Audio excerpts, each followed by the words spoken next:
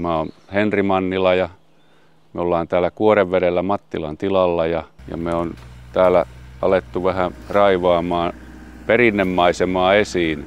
Energiapuunkorjuuta tehnyt nyt liki 10 vuotta sillain säännöllisen epäsäännöllisesti vähän suhdanteiden mukaan ja mulla on ollut silloin alusta saakka sellainen Jakin 250 koura ja se sama koura on ollut ja on vielä tänäkin päivänä ja se on palvellut hyvinkin monipuolisissa töissä.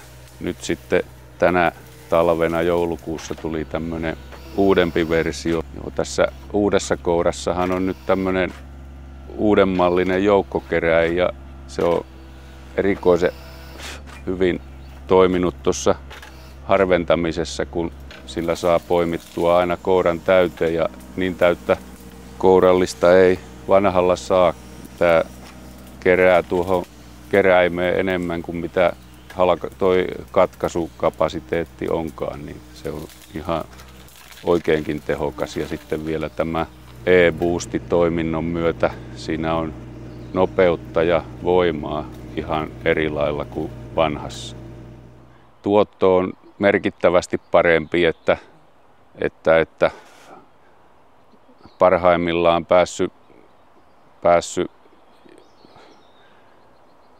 niin hyviin lukemiin, ettei sitä oikein kehtaa ääneen sanoakaan, mutta että kyllä se nyt sen 4 vähintään nopeuttaa, oli työmaa minkä tyyppinen tahansa.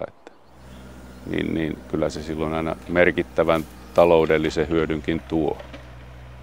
Tällä uudella kouralla tästä työnteosta tulee helpompaa ja joutuisampaa ja todellakin niin kuin pienentää kustannuksia huomattavasti tällä nopeudella. Se on oikein positiivinen asia.